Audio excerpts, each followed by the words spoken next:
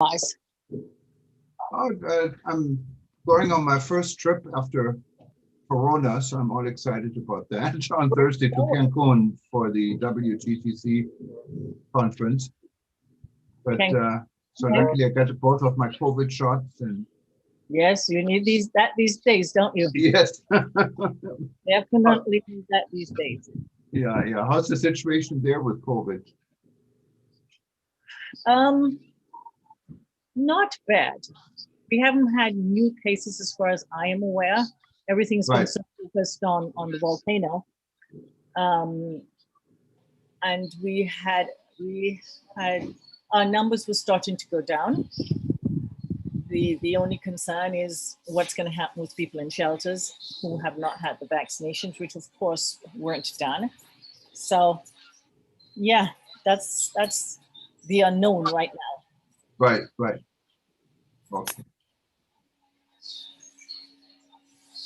Okay, so let's go back on. I'm going to just stop the screen sharing for right now so we can get ready for but you can screen share anytime so you get. So I'm putting it now live on Facebook so people get warmed up, and then we're going to put it live on eTurboNews, and then we can we're going to have more people joining. Okay. Yeah, most of our audience doesn't come from the live participation. That's just a very small audience. We get most from watching it on eTurboNews, on the repeats, on Livestream. Right. So we get a good number every time. Okay, so this is working, luckily. Okay, we're now live on the social media. Put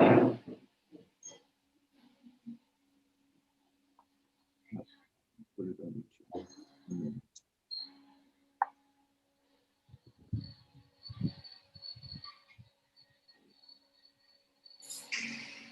See Alexandra, but she's not in the picture.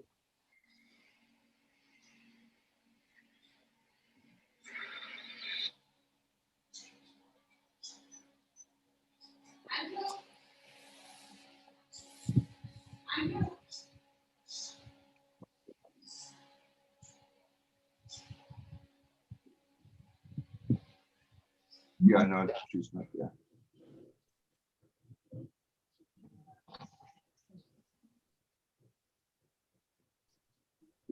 But you guys have any tourists at all right now, or is it probably not, right? No. Right. We haven't had any for a little while because everything has been closed down. They're trying to open the airport this week. Right. But I think that would be primarily for assistance. Right. Flights coming in, so. Kim is the president of the St. Vincent Hotel and Tourism Association. Oh, that's good. Okay, so she knows also yes.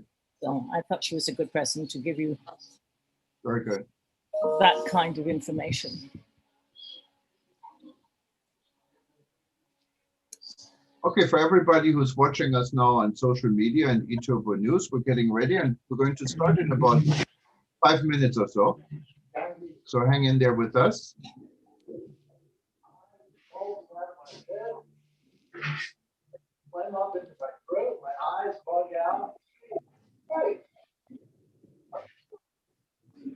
Hi, Alexander.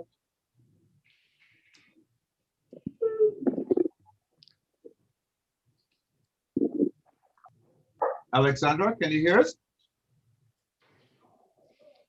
Yes. Oh, there she is. How are you? I listen one second to wait for her. No, I don't think she can hear us.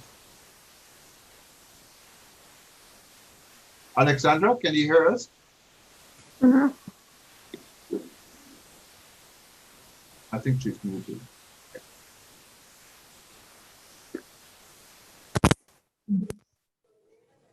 Jürgen?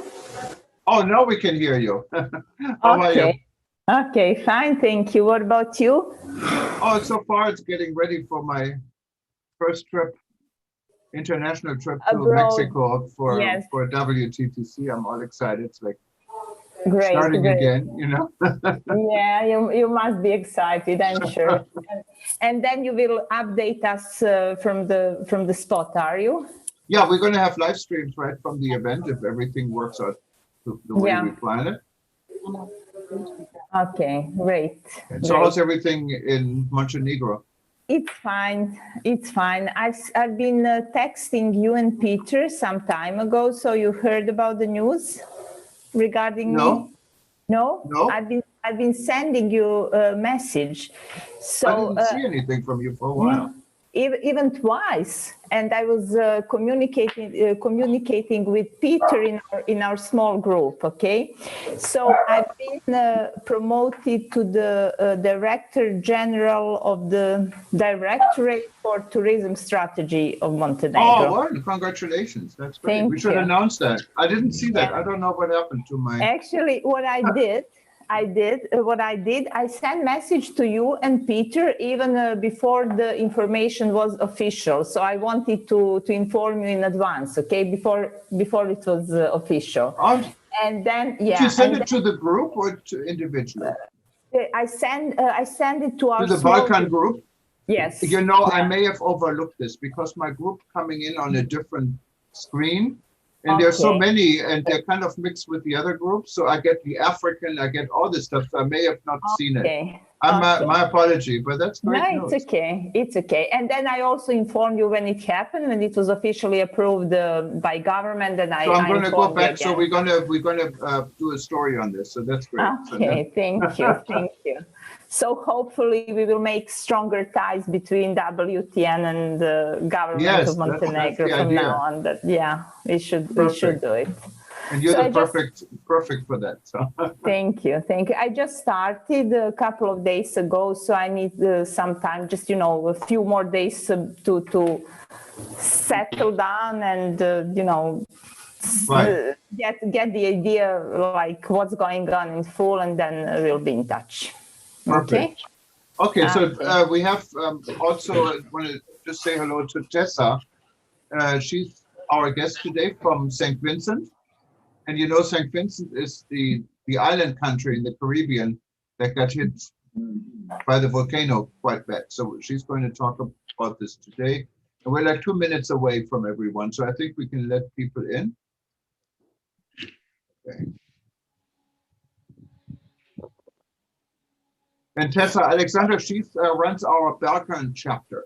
She's been with us from the very beginning since we started World Tourism Network. And she's in Montenegro. Yes. Hi, congratulations, Alexandra. Thank you very much, Tessa. Thank you. So I'm really looking forward to hear your story tonight, and I can't wait. Sorry? Did you hear anything about it before? I did hear about your location, and we did follow up on your measures and protocols and reopening tourism, but not on the latest story. Okay. So I haven't heard about it. Okay. Okay. So you are all fine there? I mean, how is the situation? It's ongoing. Yeah. Okay. But you will tell us more when. Yeah. Right. Okay, thanks. Thank you, Tessa. Okay, good morning, everybody. We're getting ready. We're now like 1 or 2 minutes away from start. Everyone who's joining us on our social media or on eTurboNews, if you wanted to be part of this live audience, you can still do this. Just go to worldtourismevents.com. You can still sign up, worldtourismevents.com, and then you can actually also ask questions and be part of it. Thank you.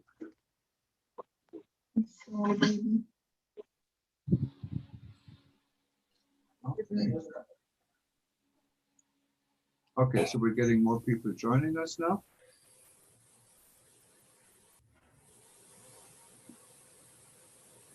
So we're waiting for Kim to come back, right?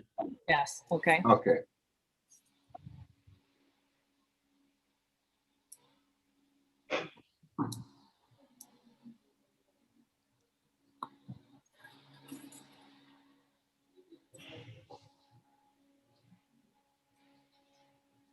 Next, gently slip the flour into the boiling water. he wants to get some in the pan. It is in the pan. Look at the state of it. Keep stirring. What do you think I'm doing?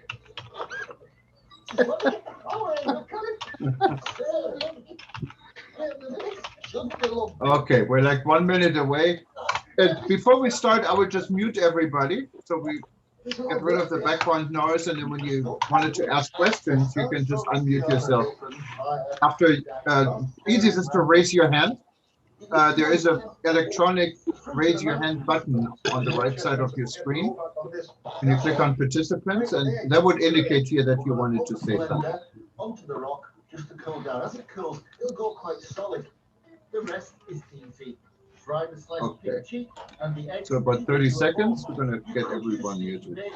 Or even smoked tofu if you're a vegetarian. It looks beautiful, fantastic.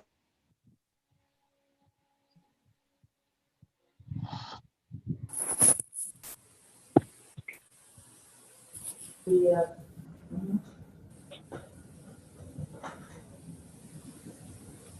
Okay. Okay, so let's get everyone muted. We can. Okay. Perfect. Okay. Okay.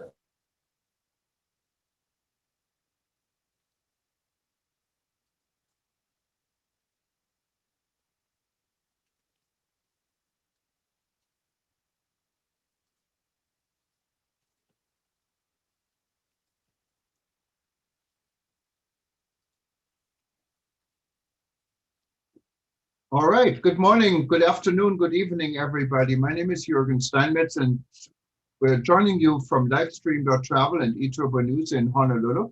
And today's event is for the World Tourism Network. World Tourism Network started with the Rebuilding.travel discussion a little bit more than a year ago in Berlin, Germany, during the ITB trade show.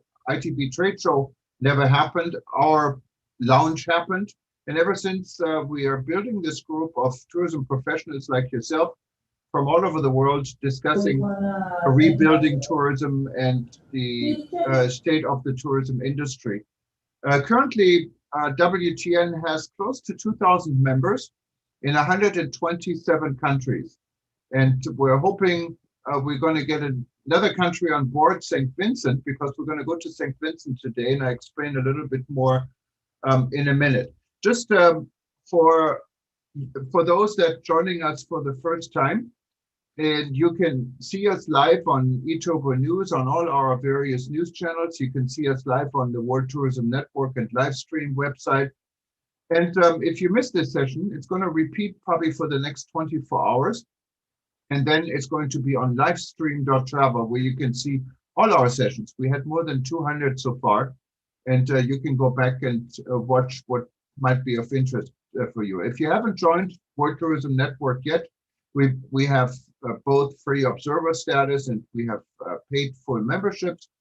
You can go to WTN.travel and click on join, and you can be part of our group.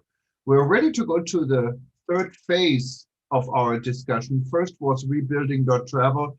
Second was the structure of the organization, the World Tourism Network.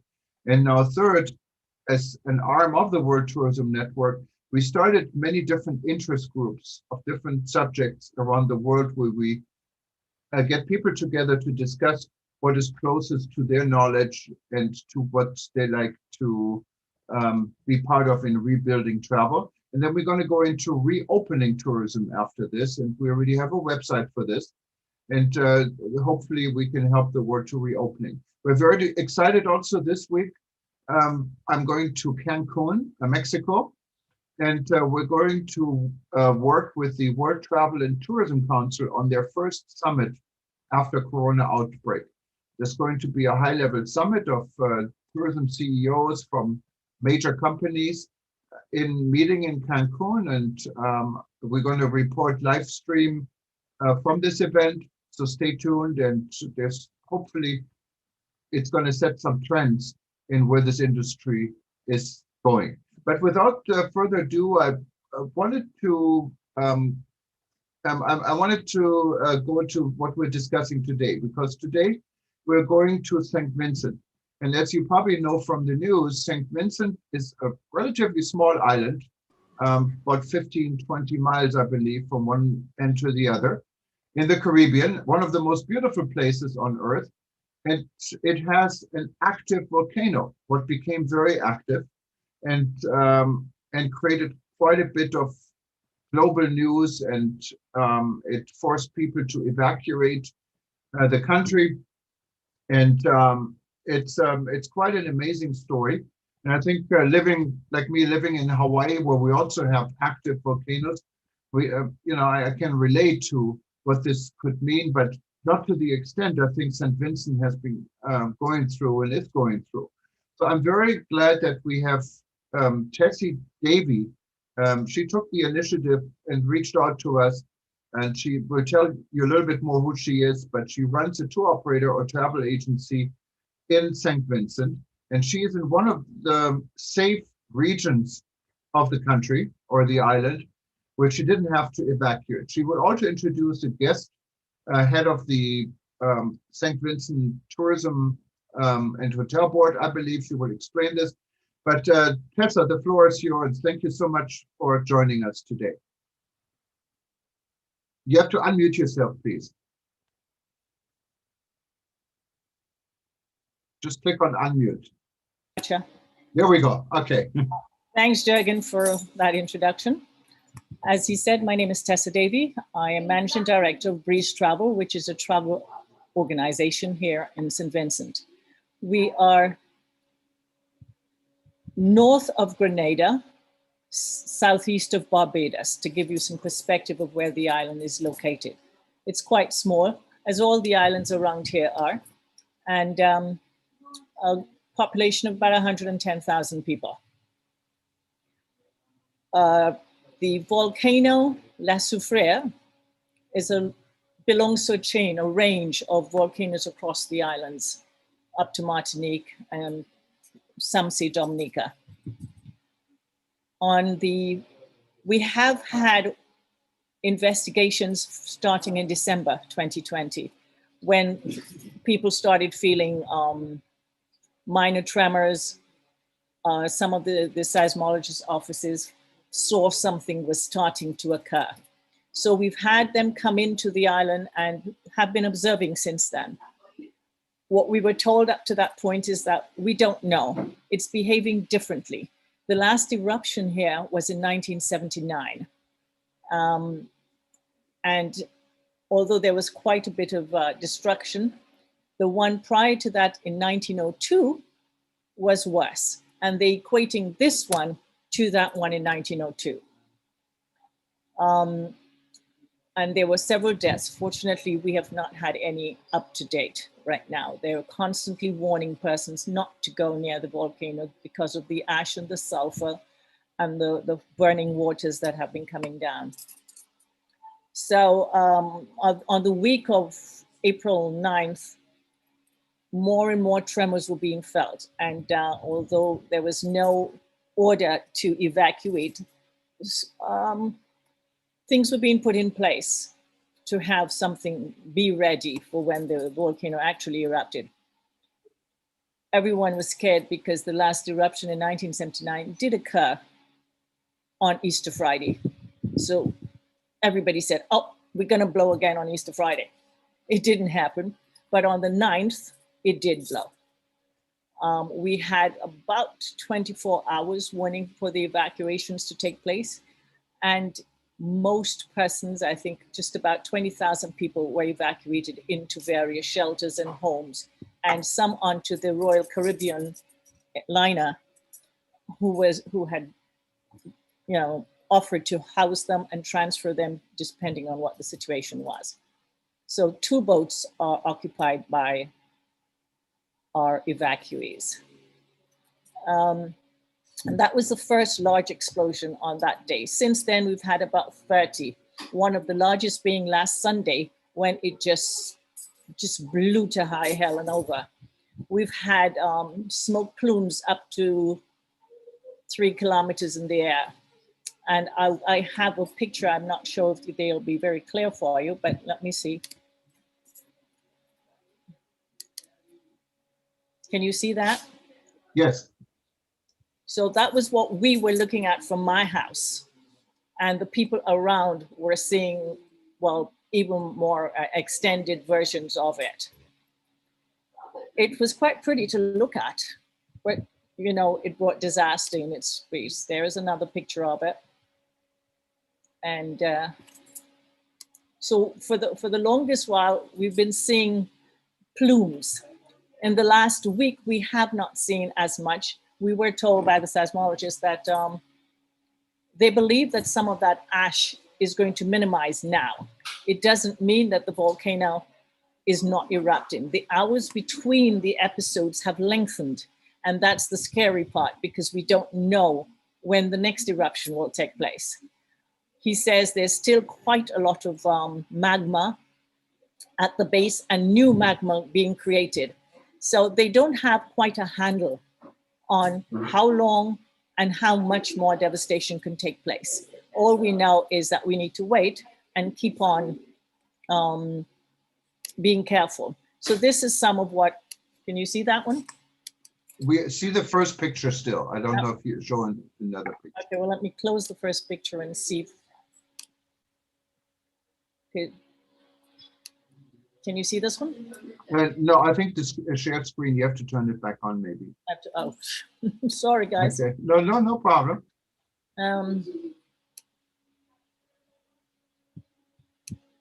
There's a button on the yeah, trying to get, bottom part of your screen. trying Share to screen. get rid of one. Okay, Okay. there we go. Okay. This is what a close-up. I think this is an aerial view of some of the aftermath of Wow. the volcano. And here is another.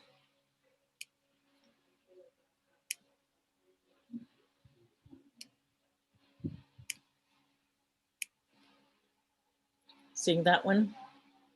No, I think the share screen is off again. Here we go. Okay, we see that. Wow. So all the vegetation on this entire mountain range is gone. What was happening as well is that I'm no scientist, so I'm just going to tell you what they were saying. Pyroclastics have been running down the entire side of the mountain, sometimes into the ocean, sometimes just into the creating pools. One of the river was showing lots of hot, it's water because it dissolved some of the ash, but it was really hot and the steam was just rising out of it. And it's called the Rabaca River.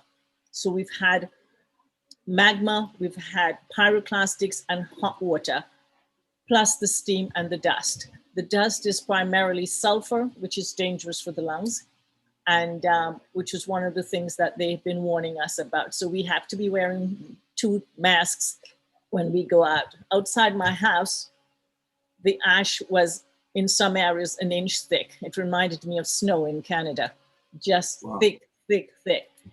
It was also clogging up drains in your houses. But unfortunately for the persons down in that either end of the island, when that ash fell on flat roofs, it just destroyed it because it became so heavy. What else can I tell you for that? So what has to happen can't happen for, we think, a few weeks, maybe months, we don't know. We have to wait for that period to be over and then start the rebuild. So the uncertainty is a little bit frustrating and we're just waiting to see what happens next. Are they safe and not so safe areas in this island? I mean, obviously you're in an area where you didn't have to evacuate. Is this something what is permanently safe, or do you have to be on the watch out? Well, I don't know that persons can go back to rebuild immediately. I think there's going to have to be a period of time where people will have to wait and see, even if the volcano for us looks over. Does that make sense? Right. So if you're where you are, for example, how is the island connected or not connected I don't really have a sense of the island. So I'm kind of just saying, is there a capital city you can go to, or are the roads blocked, or how do you get around? How do you get your food? A pear-shaped island, not pear, but a long island, and the back of the island is the mountain. Takes up the entire range of the back. So we can't drive around the island. We drive from one side to the next side and back. So the two extreme ends are red zones, and anything in between that has become green to yellow zones, depending on how close you get to the red zone. That means you could technically drive from one side of the island to the other side of the island safely right now. No, only to that portion of the red zone, of the yellow zone. Okay. So let's say we've cut off the two ends of the island, so we have to stay within that other third of the island, in the middle of the island. So where you are, for example, do you have access to other parts of the island? Could you get your supplies and your food and your groceries? To the city. So I am not far from the city, and that's where most persons have been evacuated to. Okay. So, it's that third of the island. People come towards the middle for supplies and just go back up to that range where they can't go any further.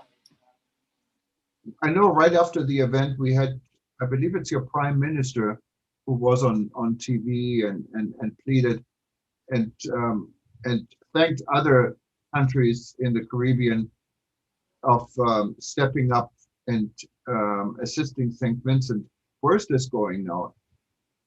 Yes, well, we have had tremendous help from Barbados, St. Lucia, Grenada, Guyana. Even Jamaica, we got water, because water was one of the real needs immediately thereafter, because the water system had to shut down. It was just full of ash. So that was the first thing. So everybody sent us water for our immediate needs. Water is starting to come back a little bit, spurts and starts, and electricity, fortunately, only the day of this last Sunday with the eruption, the entire island went black. The entire island was black for 6 hours. And so since then, we've been okay with electricity. The islands are sending in all kinds of stuff, food stuff, clothing, because people evacuated with 24 hours notice with what was on their back, and they should have had a bag packed as they were warned, and that's about it. So yes, there's been tremendous response from the islands and from the diaspora. Just their stuff is taking a little longer to come in because it has to come in by boat. So, the response has been good. We're grateful for that. I see here Susan Webb, I believe she's from Canada. She's saying that she is involved in a fundraising effort in Canada. Susan, can you tell us a little bit more about what you're doing? Yes, hi. My company does the public relations for St. Vincent and the Grenadines in Canada, and work really closely with Shelley, who is with St. Vincent Tourist Board in Canada. Sorry, I'm just reading a note. Oh, perfect. Now we can see your picture. Yeah. Okay. Hold on, I'll just get me there. Yeah, so there's been a lot of great help by a lot of people. We've been putting out press releases all over Canada and with the news and radio to get people to help, and a lot of relief has now been flown into St. Lucia. Some of our charter airlines have put planes in place to take supplies down. So, and the diaspora, of course, is very important in Canada, but the efforts are really well. And a lot of people in the industry, the travel industry, have helped as well with all of the efforts and still continue to. So that was, we're all thinking about you down there. So if someone wanted to help, how can you help? I can send a link of there's different places, I think, for actual just financial donations. There's some of the charities that are helping, and some of the churches in the area. While you're talking, I'll see if I can find the link and put it in the chat box. Okay, perfect. And then I will send we can actually put as well to you, Jürgen. Probably got another one too. Yeah. Okay, so we will put this on the website and also in the article. But Tessa, coming back in, of course, a lot of us here on this forum are involved in the travel and tourism industry. The island really didn't have a lot of tourists when this happened, right? No, and Kim is here, so she can answer some of those direct questions. Hi, Kim. Hi, Kim.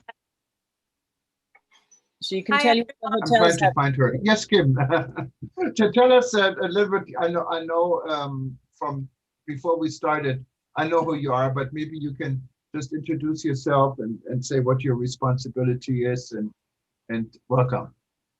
Hi, thank you for having me. I'm Kim Halbeck. I'm the president of the St. Vincent and the Grenadines Hotel and Tourism Association. I also run 2 small businesses, Paradise Beach Hotel and Fantasy Tours.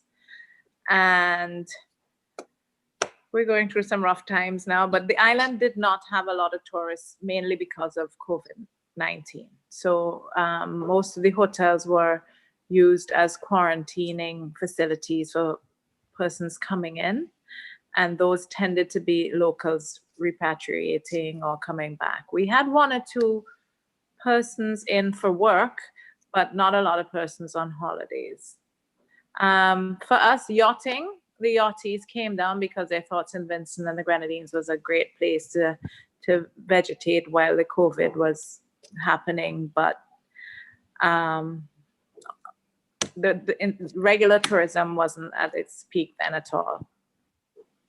Okay, so that of course helped, I guess, in a way, because you didn't have the additional responsibility to visitors and were able to concentrate on getting everything in order. And I know it's probably too early to talk, but maybe just to mention, of course, tourism is, I would assume, a major pillar of your economy. And with what everything is going on, are there any timelines when you think the island would reopen for tourism, and how would this look like? It seems like it's a double whammy, because we were just trying to control and manage the COVID situation. So now we have the volcanic situation, and unfortunately both of them seem to have no timelines. So with the volcano, we're waiting to find out if it's the final eruption, or if, so basically we're in just survival mode right now, getting people water, getting people food, getting them into a comfortable place.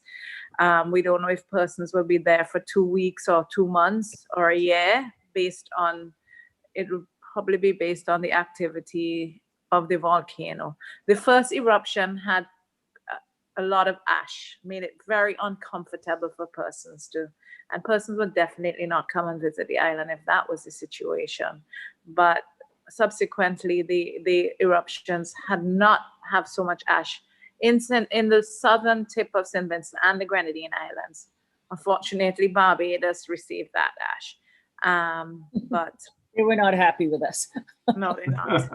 And so it's as I've been telling, we're in the survival mode now. We're just trying to get people in a comfortable place, well fed, water to drink, dealing with animals that have been left in the red zone and orange zone, and you know, it's a crazy situation. It's really, really sad, actually. And but I don't think we're thinking long term right now. Obviously, we'd have to, the minister and everybody will have to, but at this present time, it's just, it's basically expressed. We're just basic, yeah. Getting this time. Now, what's the percentage of people that evacuated to other islands, to other countries? It's 20,000 people. There's 20,000 people that was displaced, that had to leave their homes to go to either the southern tip of the island, the other islands. We've not had very many repatriate somewhere else or go somewhere else. Most of the persons that left the country would have been persons who were from other countries working in St. Vincent. Like we had medical students leave because they're American or Canadian and they're trying to get back home. So they were able to get out on a cruise ship. We've had, so that's what's been happening. Persons who are here, but they're not living here full time, they were able to get back to trying to get back to their home countries. But not a lot of Vincentians who have gone somewhere else yet. I think they're working on that as well, but nothing confirmed yet. How do you coordinate the effort for this for the volcano with the effort to keep COVID-19 out of your island? How would I? Is there how do you coordinate the effort of getting a handle also with the COVID situation? Are vaccines going on? Are they continuing? Or I don't know really what your effort were before. There is a group called NEMO, and they are the ones who have been doing a lot of the coordination for the island. They're the official NGO. We do have vaccinations that are going on, continuing up to this point.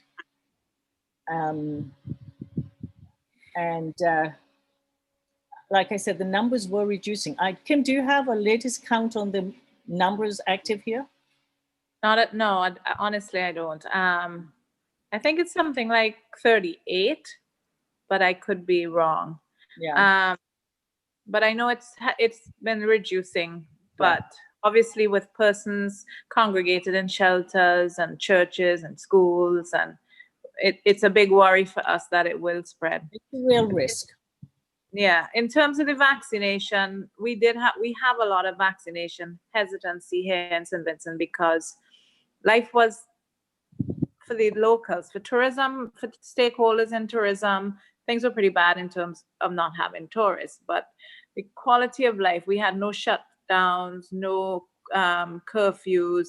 We just had to stay in our homes and be reasonable. So there weren't much, it wasn't like a police. So people weren't as uncomfortable as other persons have been around the world. So, but with the volcanic eruption, the government is asking persons to please be vaccinated before they go into a shelter. That's becoming a little controversial as some persons don't want the vaccine. But with the eruption, there's been a significant rise in the number of persons taking the vaccination. And if you look at this, sorry, I was just going to say, and for them to go to any other island, it is becoming, it's not so yet, but it's becoming a necessity that persons be vaccinated as well. Right. So, the need is causing the uptake. And if you look at looking at the numbers here from Worldometer, what has quite a good statistic, St. Vincent and Grenadines is number 107 in the world when it comes to COVID severity, what is, quite good compared to where we are in the United States. For instance, in the US, we have 98,000 per 1 million infections. And if you do the same math for St. Vincent's, it's 16,000. So you're a lot better in relations. I think St. Vincent's and Grenadines had 1,819 cases so far. You had 10 people that passed away.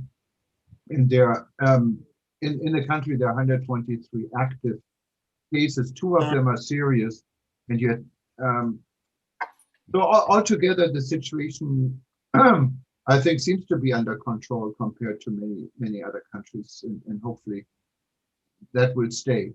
But I wanted to see if anyone else has any questions, because this is really a very serious situation, and I'm glad we have this discussion. So if there are any questions, feel free to raise your hand and we can give you the microphone. We have some known faces and people in here. We talked to Alexandra earlier. She is joining us from Montenegro and is in charge of our Balkan chapter. I see Professor Snow White, Professor Snesana. She's with our heads of our educational committee. She's from Serbia. So any of you, I know we have Kevin and Sue McCarthy. They're running a very well-known radio show, I think, out of Missouri. So any of you guys, any questions, anything you're interested to know? There's Alexandra raising her hand. Go ahead. Okay, Tessa, I would like to know, as you already as you've been actually experiencing eruptions before, does your government, do they have like the crisis communication plan which they've been using now? How do they communicate with people? What tools they use? For us, it's mostly the radio and social media.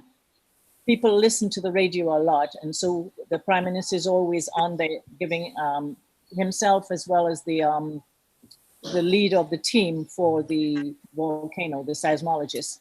So they're always on the radio 2-3 times a day, giving updates and expressing warnings and things like that. Then there's the newspaper as well. Okay. And the Prime Minister seems to be, I've listened to him a few times, seems to be very much involved in all the activities. He seems to be a great guy. You know, I remember when this first happened, he said, "I love these Caribbeans because we're all coming together." Is this kind of the feeling you guys have in St. Vincent, that people are coming together and work together to get out of the situation? Yes, I think when, you know, in times of crises, we all come together. We have to face it together in order to get through it. And so I think this is exactly what's happening right now. You know, everyone's going out, and there are the organizations that collect stuff and distributing, but families, homes like Kim's home or myself, I will go to a shelter and bring a pot of food, clothing, different types of things.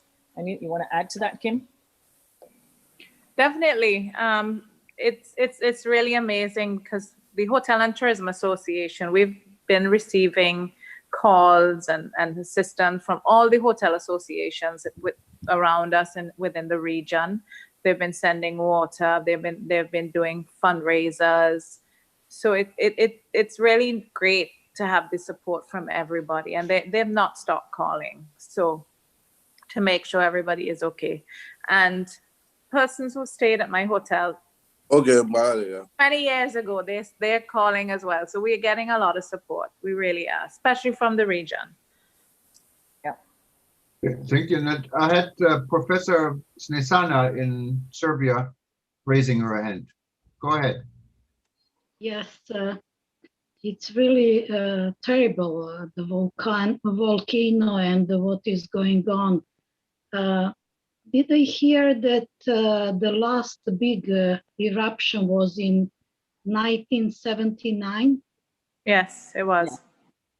Was it April, month of April? It was exactly the second Friday of the month in April in 79. It was Easter Friday. It was Friday the 13th. I ask you that because at that time in Yugoslavia, Alexandra from Montenegro remind me about it.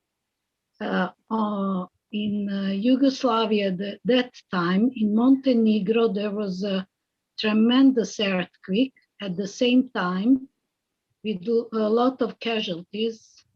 Many parts of Montenegro, many houses were destroyed, and it was really the very same time. So the earth was trembling at that time, and everything is connected.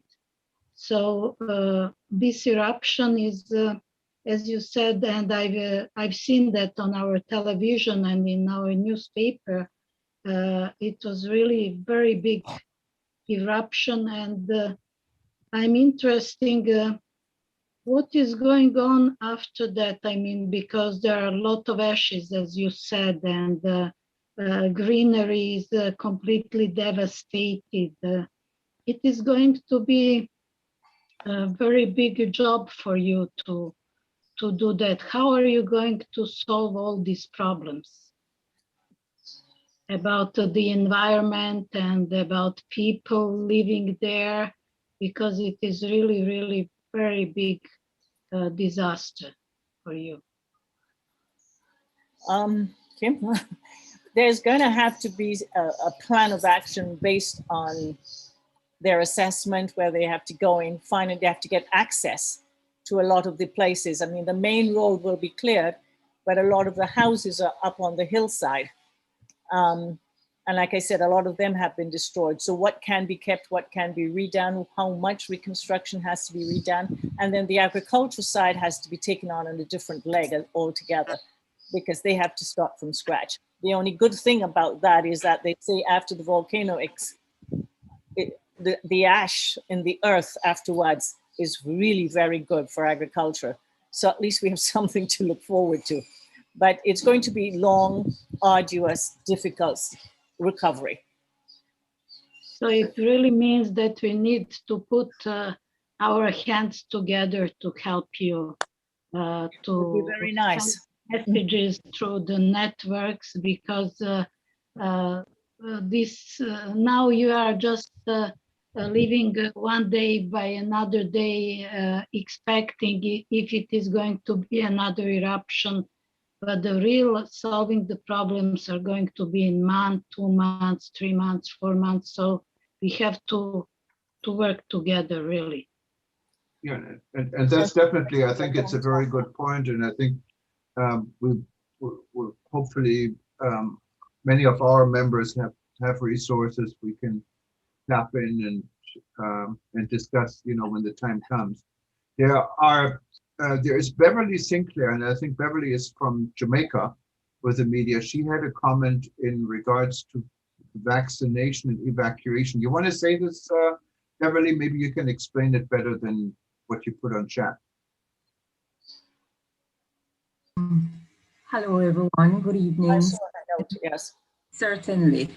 When the hurricane was about to, when the volcano was about to erupt and evacuation started, and people were actually running from the red zone, the minister, one of the ministers in St. Vincent, is actually on record as telling these people that to get into a shelter, they would have to be vaccinated. And there were several other statements coming from officials in St. Vincent, certainly the CMO and the Prime Minister, who said that this was a requirement from countries and even from the cruise ships that had come to assist with evacuation. But later on, you know, the officials stepped back from that, because the countries, Grenada, St. Vincent, St. Lucia, they said they have protocols in place. The people could come, they would be put in quarantine areas, and the usual testing, distancing protocols would apply until test results came back. And according to the test results, people would be free to go and stay with family and friends or to stay in the shelters accordingly. So there was no requirement from receiving countries for vaccination. And I think that should be made very clear.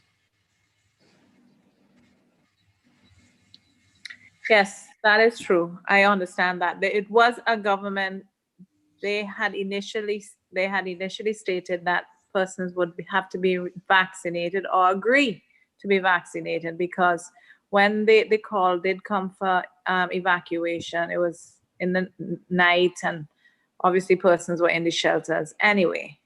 But the real scare is that we will have hundreds of people in close proximity together. And if it breaks out, God forbid, we will not be able to manage it. So they did say that initially, but they have since organized other shelters. So shelters for persons who did not want to be vaccinated. So they were in special areas. So they had different shelters for different persons, obviously. Yes, so it is true. It was changed. And I think Diane from Jamaica had a comment or a question. Diane, you wanted to say what you put on your chat? Well, first of all, I just wanted to congratulate Kim and Tessa. I get emotional very easily because I love you people there so much. I did so much work there. And I wanted to find out, how is your PM coping, as we know how compassionate he is and what has he communicated? We'd love to keep the updates going, you know, so that we can be involved. But I do have the pleasure of being in touch with community tourism persons that I had trained, but one in particular. And I will give you his number because he's somebody who is really fantastic and taking a leadership role. So I think it's good to connect. Okay. Thank you. Thanks. PM is doing good, crying every now and then, but he's doing well. He's always on the TV telling us what's going on. Okay. Good. That's wonderful. I wanted to recognize Dr. Peter Charlo, who just joined us. And he's probably running late because Peter is involved in so many different issues, including the Caribbean. And Peter, for those that don't know him, I can only imagine that no one doesn't know him.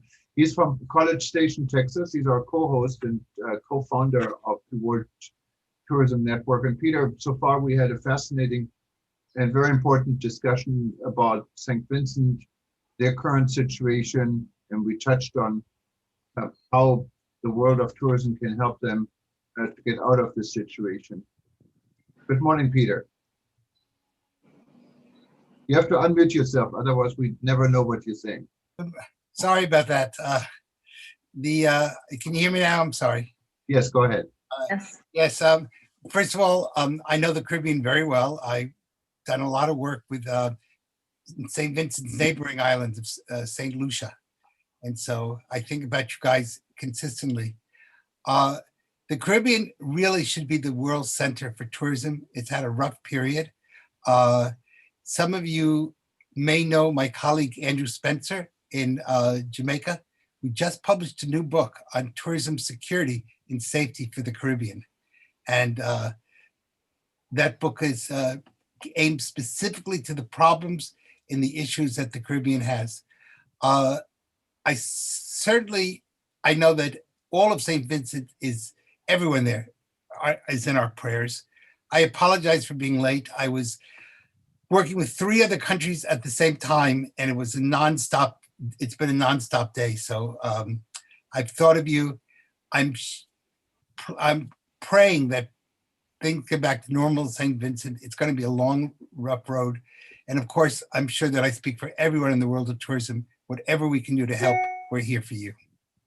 So, thanks, Peter. Thank you. Oh, we're already a little bit beyond the time, and but this is an important discussion. So if there are any more questions, please raise your hand now so we can give you the microphone.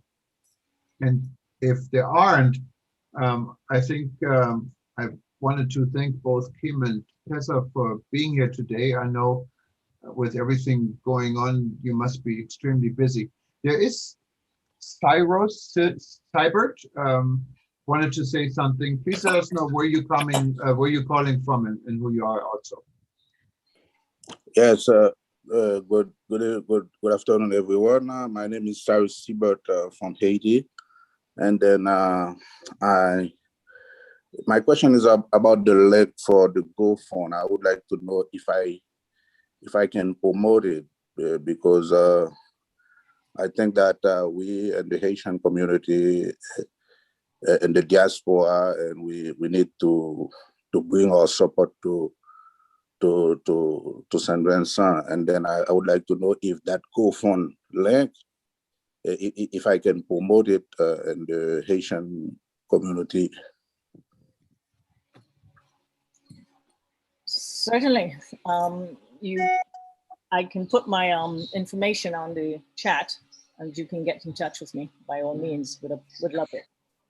Yeah, if anyone wants to get in touch with anyone and you don't see the information on now, just go to WTN.travel, World Tourism Network, and click on contact, and we'd be happy to forward this also, and also leave whatever information we receive from you before we archive this event on the website. So we'd be happy to do this. Also, I wanted to invite both Tessa and Kim and her organization to join us. Don't worry about the membership fees. We're not trying to get your money, but maybe you should become part of our community so we can stay in touch and repeat this. But feel free, and anyone who hasn't joined WTN.travel and World Tourism Network, to do that. I don't see any more Jürgen, hands, but I could just say something also about WTN. We recently gave an award to the head of the tourism police from Mexico City. And Mexico is now really recognizing WTN as a major organization. As a matter of fact, I'm setting up a meeting with the mayor of Mexico City, which is, as you know, not a small place with 22 million population. And one of the things is how we can incorporate WTN to help Mexican tourism. And what we're doing with Mexico, we really need to be doing with the Caribbean, because it's a way of bringing people together, a way of bringing resources together, and really providing positive publicity for each of the Caribbean nations. So please take what Jürgen said, my colleague, really seriously, because what is being offered is especially, and we're not looking for money, we're looking to do good for the world. And that's really what tourism is all about. So please take him seriously, because this is, I've seen this now in a number of places. I'm talking to people in Ecuador. I'm Spanish speaking, so obviously I speak to a lot of people in Latin America. So many places that are hurting in one way or the other. We're just getting over COVID. We're dealing with, climate problems and earth problems around the world. And we need to really hold each other's hands. And that's why it's a network. It's a network of love, of which people are there to help each other. And I'm sorry I couldn't be with you from the beginning, but I know Jürgen did a great job. What's really important, though, is our knowing that we care. And we do more. Yeah, no, of course. And it's Peter and the travel and tourism community is a large global family, and tourism is about coming together and is communicating. We're, of course, connected to politics, but we're also away from politics. Right. Because without communication, or with communication, we probably wouldn't have wars. So it's an important industry of understanding. And when one destination, one member of our family is in trouble, I think the rest should stand up. And unfortunately, now the entire world is in trouble with COVID, so that makes it quite a bit of a challenge. But this is a special situation, what's going on in St. Vincent. Yes. And I think that the world is here to assist where we can. And I like some of the comments we had. And so if there are no more, I don't see any more hands. Well, Kevin, next time just click on the button. There is a button on your computer where you can raise a virtual hand, but I see you physically raised your hand, so I caught this right on time. So we let Kevin, I think, is joining us from Missouri, and he's with a radio station in Missouri, correct? Actually, we're on 30-some radio stations, including across the United States, and now next month we'll be on a station in Costa del Sol, Spain. But yes, we are headquartered in Missouri. Thank you for your service, first off. Very informative. Curious to know, after the 1979 volcano, how long did it take to recover? And what do you do with all the ash? You can't just vacuum it up, I wouldn't think. Well, the 1979 eruption, I was a little small then, but it took us a while to recover with agriculture, because a lot of it was lost, and a few persons opted not to go back to that area. So it took maybe a couple of years for us to recover. I'm thinking this one may be the same. The ash, we're just praying for a lot of rain, that at least you should see people shoveling foot-high ash off their roofs. Roofs are caving in because of the amount of ash in some areas. So it's pretty sad. But we're hoping to get a project with ash. They're using it as a building material. They're using it to make, there's some companies that are coming in that are offering options of the way we can use the ash for recycling materials and building. So hopefully we can use it. And as Tessa would have said earlier, it's a great, for agriculture, it's good. It's like a good manure. It's a good nutrient for the soil. So hopefully if when we do get back in agriculture, but it's going to be a big decision because it was 40 years since the last eruption. So persons are going to have to make that decision if they want to rebuild in that area again and possibly have themselves or their children go through this experience again. So it's a whole shakeup. It's going to be a whole different dynamic after. It will take a few years. And I personally scraped the ash off my roof. And it was the heaviest thing out. It's almost like cement. You put some water, and I used it to prove the point, and it was as hard as cement, and we used it to build a platform. So that is where the entrepreneurship will come in, and the companies coming in, or even the persons here, can try to use it to make something of, or make some use of it. Wow, lots to do. And thank you so much again, Kim and Tessa, for joining us today. And hopefully we can have you back real soon. Just wanted to announce we're going to be at the World Travel and Tourism Council Summit that is physically taking place in Cancun on Monday and Tuesday of next week. I'll be there, and we're going to have live stream reports from that event and hopefully a lot of interviews. And I want to make sure St. Vincent is going to be on everyone's mind. So this is when the world comes together and the big industry is coming together to see what the next step is in the COVID-19 global pandemic situation and tourism. And of course, there are too many things going on back and forth on this subject to cover in this event. I also wanted to congratulate Alexandra Gardasevich. She is one of us from the very beginning. She runs our Balkan chapter, and she was promoted in Montenegro and is now, I would say, one of the real movers and shakers in the Montenegro tourism industry. Tell us very quick, Alexandra, what happened. But you have to unmute yourself. You cannot keep it off for yourself. You're right. Now you can hear me. Well, as I've told you, I've been promoted by the government of Montenegro as the Director General of the Directorate for Tourism Development Strategies in Tourism. So we are, as you know, we are experiencing very difficult period now. First of all, we had COVID situation, as all of you, and then we had a government change like 7-8 months ago. After 30 years, the government has been changed. So there are still a lot of things and a lot of confusions going on in the country. And here I am in the field of tourism, hoping that, I will try my best to make a change. So I'll report about our activities, and I'm sure that we will make some kind of strong cooperation with WTN. And I would also like to thank you guys officially, because you really supported me on this way, on this way and the path of my career. So thank you, Jürgen, Peter, everybody. Would you agree? She became the WTN representative for the Balkans, and all of a sudden, good things started to happen to her. So, yeah. Thank you. WTN. So, if you want your tourism to turn around, become part of WTN. Look what happened to Alexandra.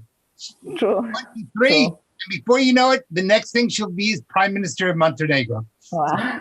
Okay, we'll see about it. Thank you, Peter. Thank you so much for your support all the time. Yeah, and if anyone can do it, it's Alexandra. And in your region, and actually Alexandra brought Professor Snesna into our group, and she's running our educational interest group. And she started another interest group, what I think would be very important, of course, is very important for Montenegro. It's a Balkan interest group of experts coming together and discussing your region.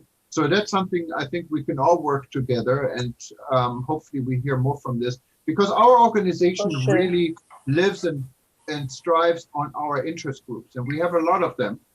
you can just go to WTN.travel, click on interest group, and I'm sure you find a subject you wanted to be part of. Or if you wanted to start your own interest group, maybe in regard, we can thought about doing something about natural disasters and how to handle it. We do have a safety security. Just join it, and we can then target our discussions also with this. But again, thank you very much, Kim, and thank you very much, Tessa, for joining us from St. Vincent and all the input we received today. We will share any type of comments or any type of activities that are relevant to St. Vincent. So hopefully we can do our small part in communicating this with the people to be, and again, inviting Kim and Tessa and her organizations to join us, the World Tourism Network. And you will see this live event repeating in the next 24 hours. Give us about 2-3 hours to set it up. And then it's going to be on Livestream.travel and of course also on World Tourism Network for the future times. And we're going to also have a transcript of everything we say on eTurboNews in an article. If you want to read through it, it's going to be in podcasts if you want to listen to it. So this is just the start of a hopefully ongoing discussion. Thank you very much. I can only say aloha from my island and part of the world. And we see you all very soon. And please, all of you, stay safe, get vaccinated, and keep your distance for right now. It's all going to change, hopefully soon, that this world becomes back together. And the very last word I want to give to Peter, so he doesn't feel like he's left out. Go ahead. No, I never feel left out. Again, I think all of us are really big fans of the Caribbean. It is one of the true centers of tourism around the world. And many people connect with the Caribbean only with sun and sand, but that's not true. Each island, each country in the Caribbean has a culture, a language, a history that makes it unique. And if you haven't been to that part of the world, you're really missing one of the great pleasures of the Caribbean. I've had the pleasure of working with countries across the Caribbean, from St. Vincent to, from St. Lucia to Jamaica, from Curacao to Bermuda. And every place that one goes to the Caribbean is special and wonderful. St. Vincent, we are all praying for you.